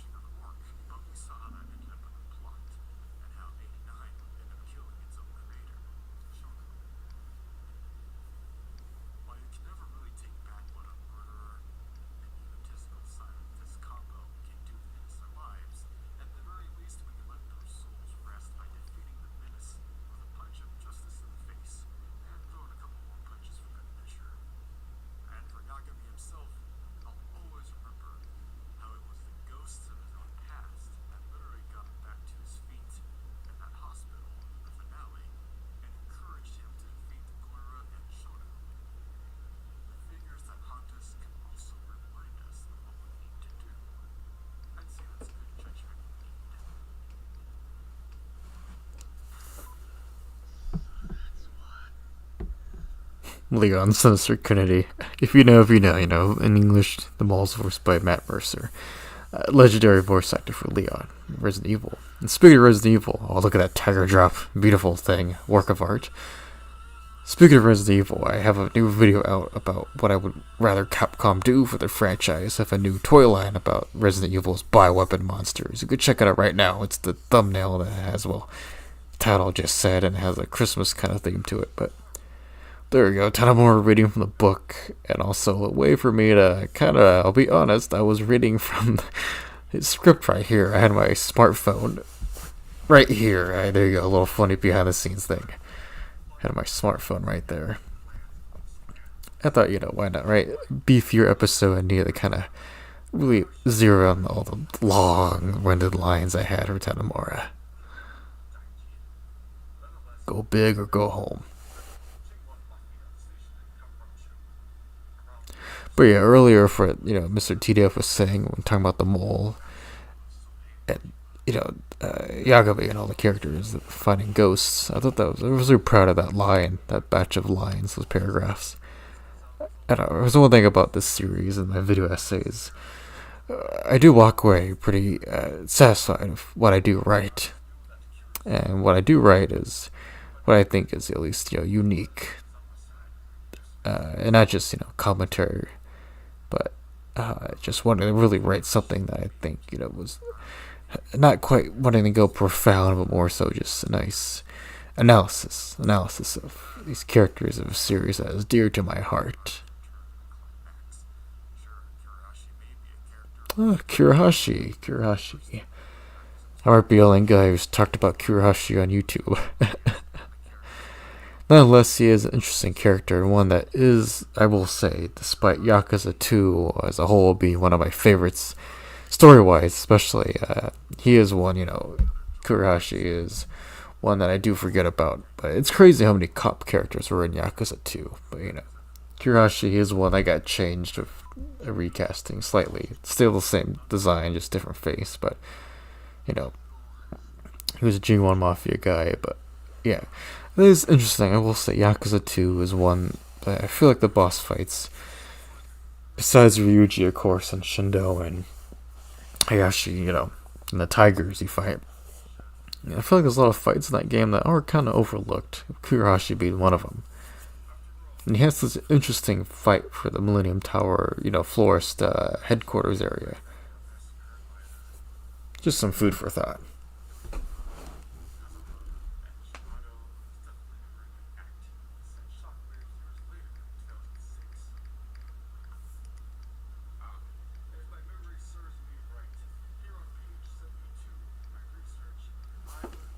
Page 72 of the research.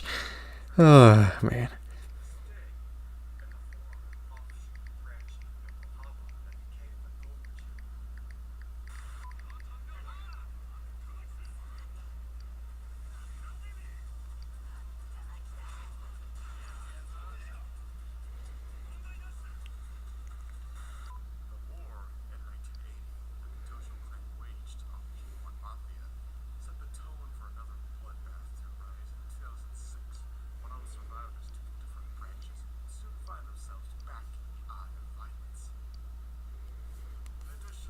Eye of Violence. Write that one down. That was a good one. Good line.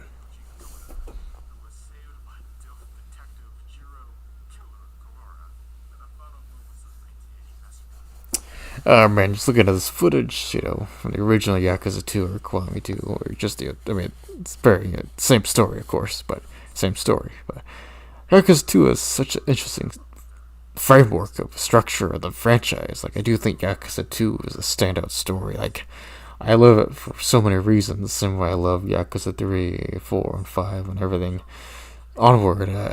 Just interesting the way that this is a crime drama series, a soap opera. But like, I know there's fans that criticize the stories of these games, but honestly, looking back on it, right? Like, sure, they're a little more overindulgent these days, but like, especially back then, each story was so different. Again, same conflict with the Tojo clan, Omi, and what have you, that a third random faction, your Jingwans, or CIA, or, police, anybody, but it's interesting looking back and just how much variety there was and how different the stories feel of these same characters. It's just an observation, but one I quite like. I think it's just such a cool thing.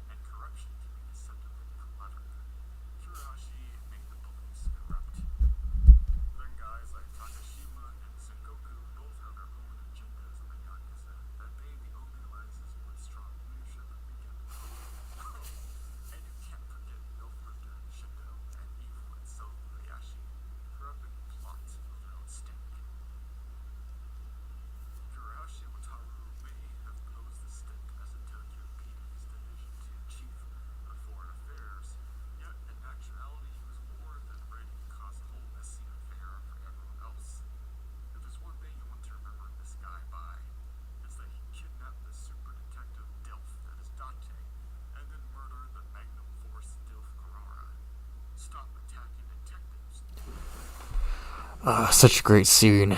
But yeah, the only 3D recast of Kiwami 2, well, okay, only 2 recast. It's Kurahashi and Takashima. The Kawara's voice actor returned. They just gave him a new updated look. But again, they all like the same outfits, so it's not as noticeable. Here we are, Tanimura's birth father, and the last character batch of Sugiyuchi and Munakata. I thought talking about those two just made sense and was a given, but culminating for the Tanimura files, why not? I had to go big for it.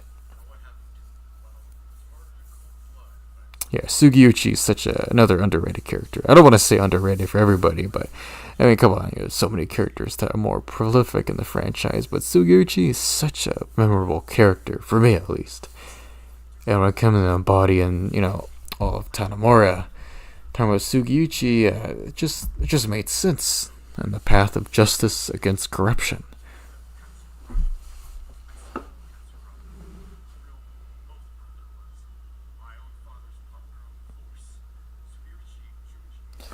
And I felt like it was a good idea to tie in Tanimura's past of his birth father and why he got into the police force anyway, into this final part of the episode.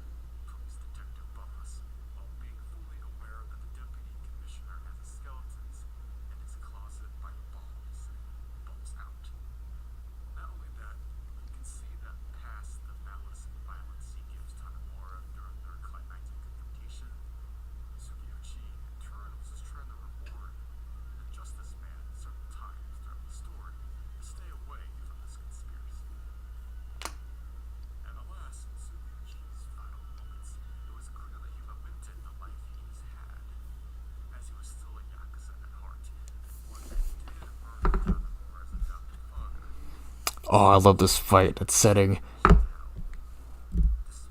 never wanting to be a police officer, it still felt good to help civilians make the streets safer. Tokyo docks are very, just such a cool place in the series. I always think it's funny in hindsight that it appears in Yakuza 0.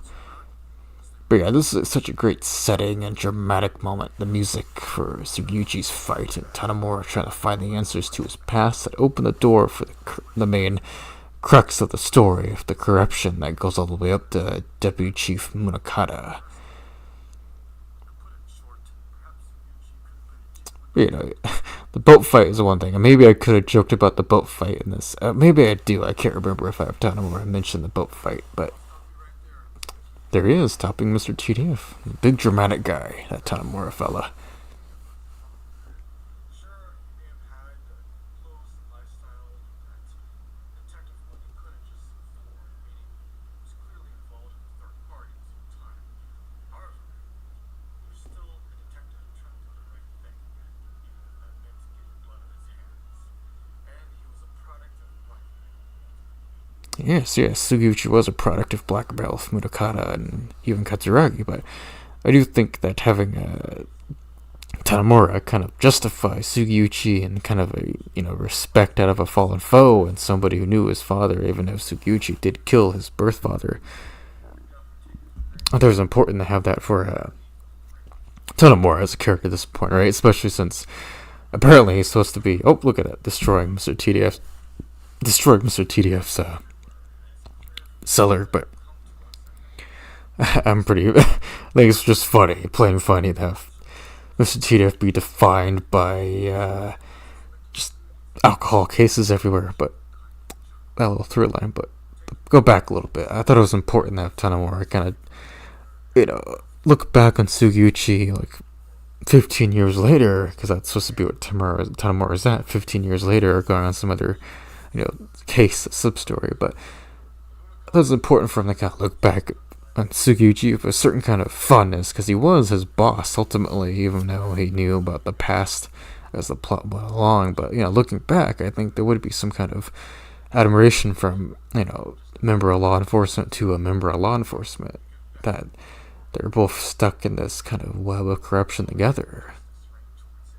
And Tanimura is always kind of a sleazy fellow himself. That's why I liked the inclusion of him and Akiyama as two very different guys, but both have their own kind of serious dirtiness that makes them very memorable characters. And here we go, the big finale. The camera's looking at him, the end of the labyrinth. Tanimura found the system. Oh, look at that head turn, baby.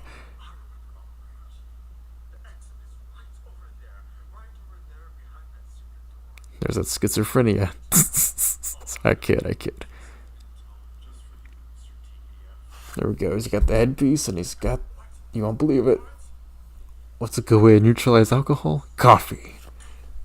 You can find this at a lot of Asian markets, the Boss Coffee. The rainbow blend you can find in the games too. But I thought it was cool having a real Yakuza prop to kind of head off this series. And, it's just, why not? I thought it was poetry.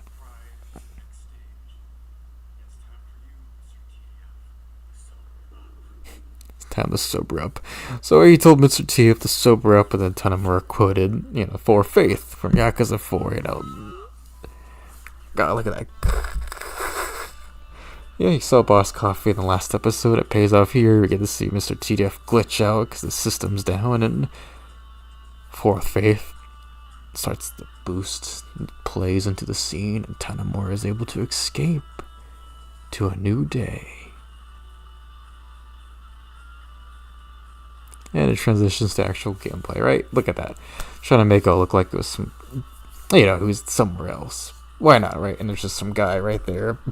But anyway, I was pretty proud of that. Real footage of him going through double doors. I leave double doors in the game. And then the music transitions to a different piece that's a bit more upbeat and goofy. And he's back at the docks where he once fought Sugiuchi.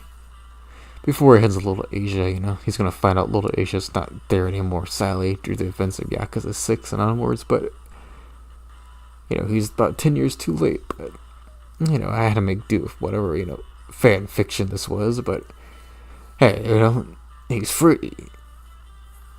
And maybe that's all we needed for this series. The Tanimura files.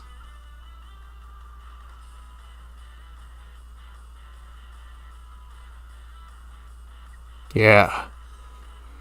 Yeah, man. Rockin' good stuff.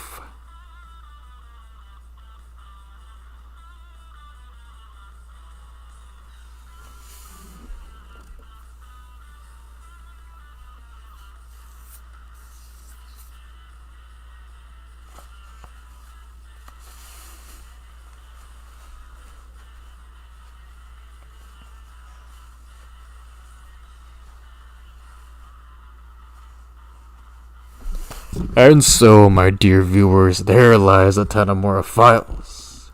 And here's some behind the scenes. All 5 episodes of, about 2-ish, 3 minutes of behind the scenes. There you go, thumbnail creation. I thought I just wanted to add a little something. It's not much, but a little tidbit into the behind the scenes of the series. There you go. There's a big,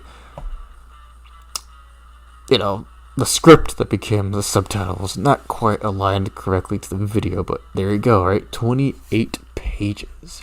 28 pages of work. Man. And you just get a little, B-roll of other music from the series playing, but there you go, right? Again, a culmination of all that RGG did. I just took it and I made it something, a mix of video essays and a movie, live action bits, and game footage into a web series. I kind of made something different of all 5 episodes.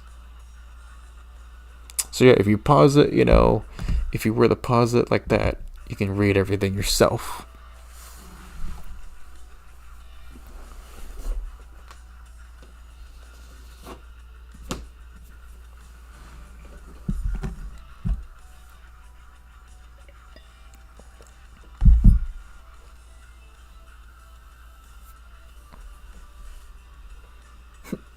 Finn. And there's the actual subs that went to each video. Look at that, huh? There's one for Resident Evil and Ultraman up there, too. Yeah, look at that, right? 67,000 characters for the complete series. Words, letters, you name it. Man.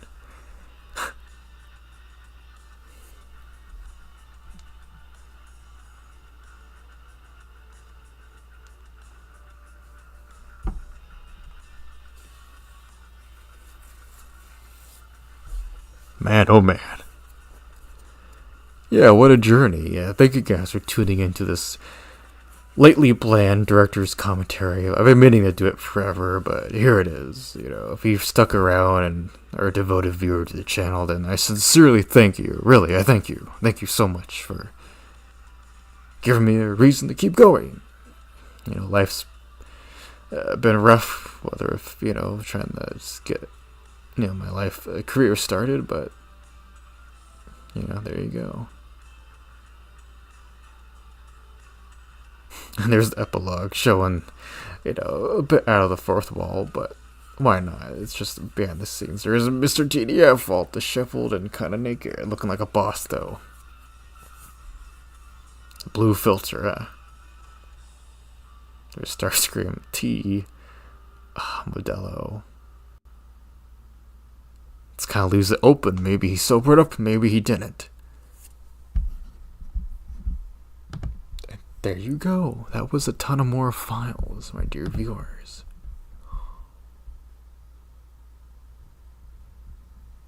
Official Gobster, if you're still there, thank you so much. How'd I reply?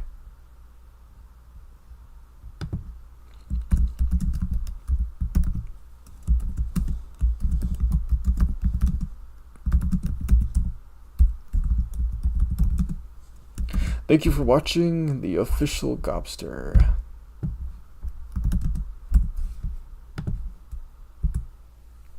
Thank you for watching so much. Oh.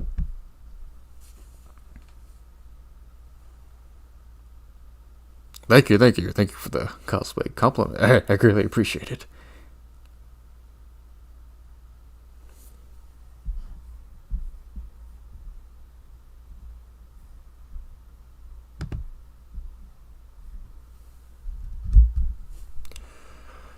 There I am, right? Okay, there's the behind the scenes of the live stream. There's me in black and white monochrome, orthochromatic, if you will. Yeah, there you go, right? Here's the mic I used, Snowball. All my craziness at my tea. In a world full of spinkles, or a world full of glaze, be the sprinkles. That's what it says in the right there. But there we go. Right. All right. That was my live stream director's commentary over the Tanimura files. If you're new or a returning viewer, either or, share with all your friends. Share with them the actual main Tanimura files. And if they like it, show them the director's commentary. I'll try to edit it as I post it back on YouTube, the commentary part. But again, happy 20th anniversary to the Like a Dragon Yakuza franchise, and happy 10 years to Yakuza 4. If you enjoyed my Tanimura cosplay, my weird web series, but get excited for my